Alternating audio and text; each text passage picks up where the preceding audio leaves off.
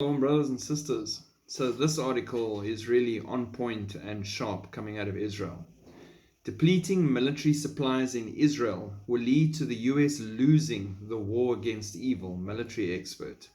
Strategic US munition stores in Israel are being depleted to arm Ukraine in its war against Russia. Israel media's report.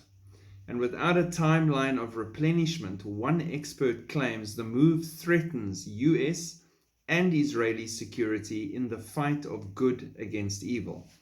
The shipments have been ongoing since 2022, when a shipment of 300,000 artillery shells was approved by Naftali Bennett and Yair Lapid when they served as prime ministers of Israel. Ukrainian forces reportedly fire 90,000 shells per month, far outpacing the manufacturing capabilities of the US and Europe combined. These are Israel's reserve stockpiles for times of war, a former cabinet minister told Hayom Israel.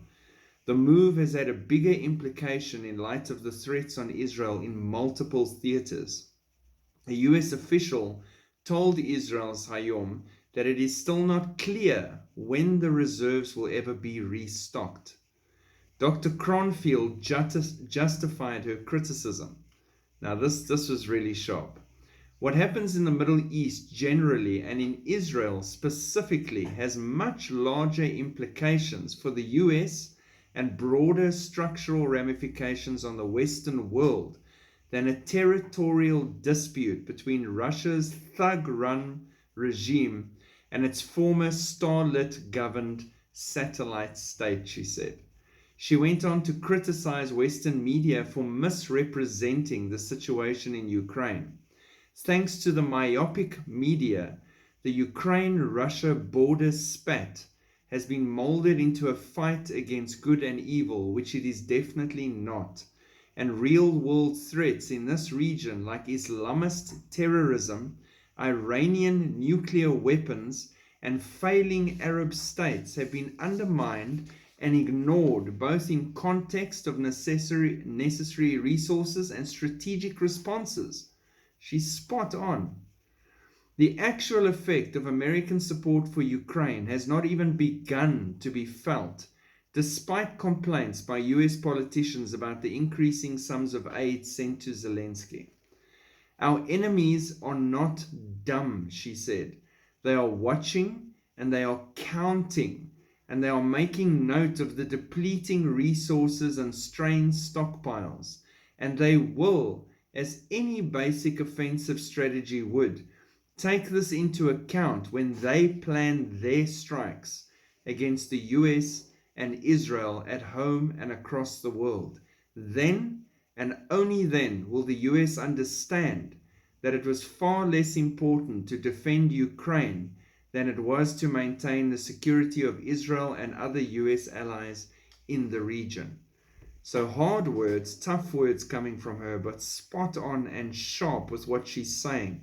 And I've been saying all along, this whole exercise in Ukraine could be a brilliant strategic plan to deplete stockpiles of weapons across NATO and America as fast as possible, and keep them feeding that war machine until they have nothing left. And we're pretty much reaching those points with things like shells and weapons and things like that going through. The manufacturing is going to take longer than the amount of time they take actually using those resources.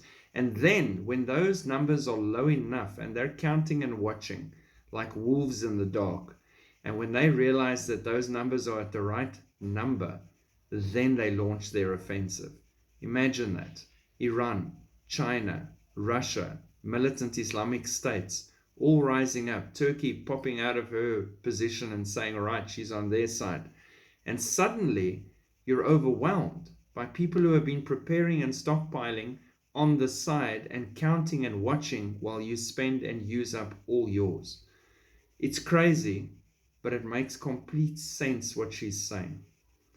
So we watch, because the big and the most important part of the whole story is this: Christians are not ordained for God's wrath, and we are watching for that blessed hope, and we are listening for that trumpet sound, because we will be leaving very soon. The more these things are escalating, the more the earthquakes are hitting 7+, the more everything is going wild at the moment in the world. We know we're reaching the point of exit. So hang on, stay faithful, shine your light, and don't lose hope, because our hope is at the door. God bless.